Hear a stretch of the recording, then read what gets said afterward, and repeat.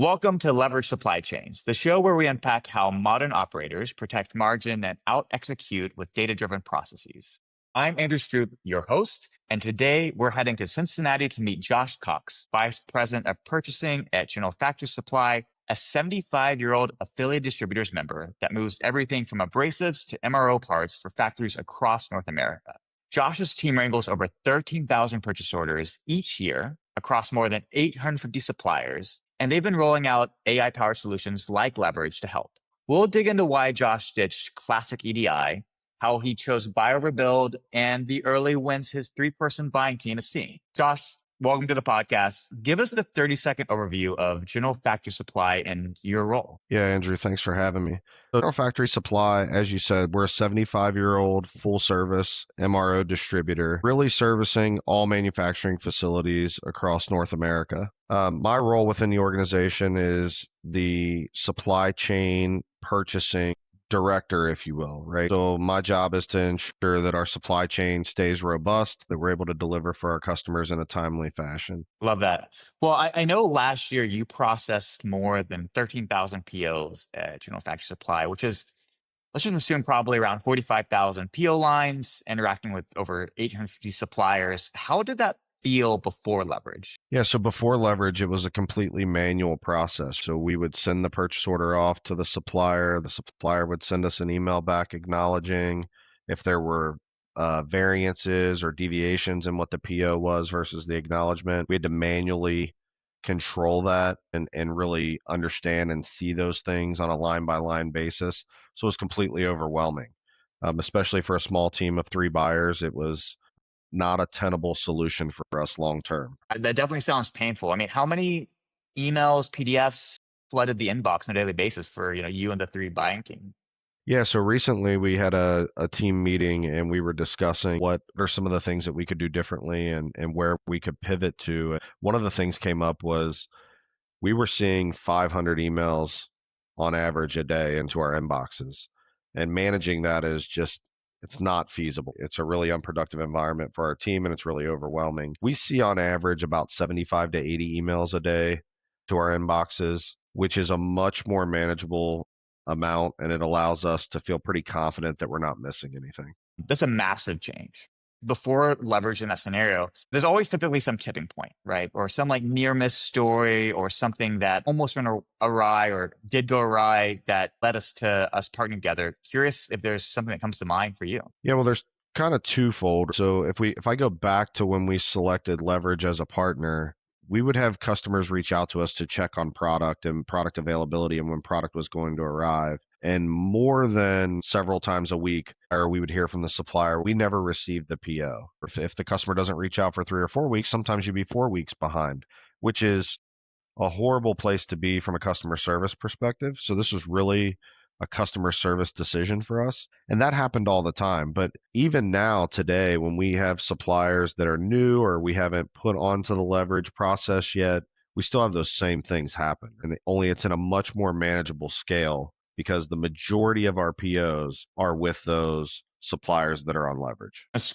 great to hear. On that thread, each PO line can cost around $150 of bottom line impact. What risks did manual tracking create for like the margin, the customer promises, whether it's like late shipments, wrong pricing, overtime hours, how you're addressing that or ultimately trying to measure where you were then and then where you want to be in the future with partnering with Leverage? $150 on average is it's a big number when you look at the amount of POs that we cut. But the real pressure comes from customer retention. It's not the 150. That's the easy quantifiable number. But there are a lot of studies that show that 10 to 15% of your customers are lost after the first late delivery. So if you think about that, you have the ability to churn 10 to 15% of your customers on one late delivery, and that number goes up 3 or 4x for late deliveries beyond one. So if you do retain the customer beyond one, on the second late delivery, you're 35 to 40% churn. And if you think about the value of a customer and what it costs to acquire a customer, that's where you really start to quantify a solution like Leverage and make it make sense. It's not the $150 times the 13,000 POs. That's a huge number. It's really 300, 400 customers that you have the ability to lose times 15, 20, $30,000 in spend per year. That's when the number really starts to climb. And you just want to be really mindful that that customer experience is where you're going to grow.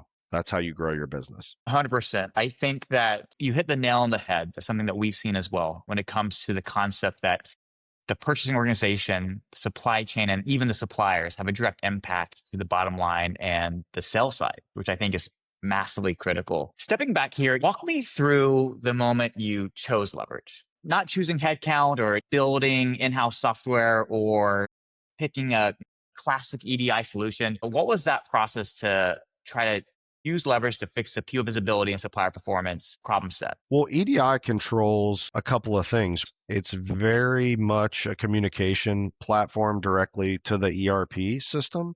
What it doesn't do is it doesn't give you a really easy to use visual way to manage the supply chain process. It's still dumping data back into the ERP at its heart. That's what EDI does. What Leverage allows us to do, and this is why we selected Leverage, is it really gives us that one place to go look and see all the information that we need to see in a really relevant format that eliminates wasted time for our buyers. And so that's why we selected Leverage as a partner. But build versus buy is a unique proposition because we're a small, independent, family owned business. And when you're talking about building something out internally, you now are responsible for the maintenance and the future development and bug fixes and all of those things. And so to quantify where does it make more sense financially, for us, it was an easy decision. We felt really confident that Leverage was going to allow us to customize where we needed to, and we were not going to be responsible for the long-term management of the platform. There's always those hidden costs, right? And ultimately defining where you get the most value and does it actually fit your workflows, which we're obviously been very fortunate and thankful to be able to partner with you. Taking it a little further down the journey, leverage goes live. Were there any early signals that told you leverage was working? This buyer time saved or cost exposure, zero touch POs that you're like, wow, this is like magic. I'm kind of curious that discovery process as you ramped up using leverage when you first got started. Yeah, one of the largest indicators for us that Leverage was going to be a success was on our longer line purchase orders, where let's just say 40 line POs, and there may be one item on that purchase order that has a price deviation. And when you would get an acknowledgement back from a supplier, you have to go through all 40 lines and match line for line for line. When you start to multiply it across multiple POs, it's significant. And so we noticed almost immediately that our buyers had more time because leverage was telling us where the deviation was, and that's all we had to review. That was the most significant win for us early on, was that time saving. It allowed us to really focus on other things that were impacting our business from an inventory perspective in-house. I'd love to pull that thread a little bit too. You talked about how you were able to now move into exception handling mode, have leverage pick up those deviations and massively long PO lines in a single PO. Now that the buyers could stop having to chase confirmations, how has their day changed? What are they doing now with that extra time, and how are they focusing or reinvesting that time to help support General Factory Supply? The number one place that we reinvest time is in negotiations and sourcing with other suppliers and trying to really understand where the spend is, which leverage also allows us to see within the platform. So it's kind of carrying on with the integration of leverage into our daily process. And it has allowed us to increase our margins at the surface level. So from the sales perspective, the margins are probably about 6 to 8% higher today than they were in 2022 when we started with leverage. The other thing that it allows our team to do, and I think this is almost more important, is the stress level of the team has come down significantly. And so their ability to relate and interact and work with the rest of the folks on our team, they're not constantly under that pressure where they're snippy or they're struggling to manage their day to day. Leverage has taken that out of play. Our folks are much happier. So where we had a lot of turnover in the purchasing area for a long time, we don't have any turnover now. We've not had any churn since we moved to leverage. And I attribute a lot of that to leverage just because, again, it's reduced the stress level. That's great. I love the multi-tiered stack of how it's been helpful. And that's ultimately what we strive for. You actually touched on a very good piece around the additional insights or visibility that you're getting in leverage because now you have these workflows automated, data being placed in the system, and now you kind of see this overall performance. I know in the past we've talked a little bit about supplier performance and how that's changed or evolved by able to be using leverage. What the biggest impact has been and how that's helped drive the conversations with suppliers to support you and your goals. There's this unique proposition when we meet with our suppliers as a large group and we're kind of going around and we're having these conversations about spend and what we can do to buy more from them. It's always been this one-way street. It's been really difficult to put the data together to be able to explain to the supplier something more tangible than you're not doing what you should do or we're not getting product on time. Getting that data aggregated and being able to present it to the supplier was always difficult. I use leverage now with the supplier. So I will pull up the dashboard, I'll show them the supplier performance. We can have conversations about it. We can get granular to a SKU level if we need to while we're having those conversations. And now it brings us and the supplier together so that they really understand this is a pain point, right? We are coming up short, or there is an opportunity here to address something. That's great. Ultimately, you want to be able to have that constructive conversation and be able to pull that thread. And I think that's been great to hear. It's been helpful. All right, last question before we wrap.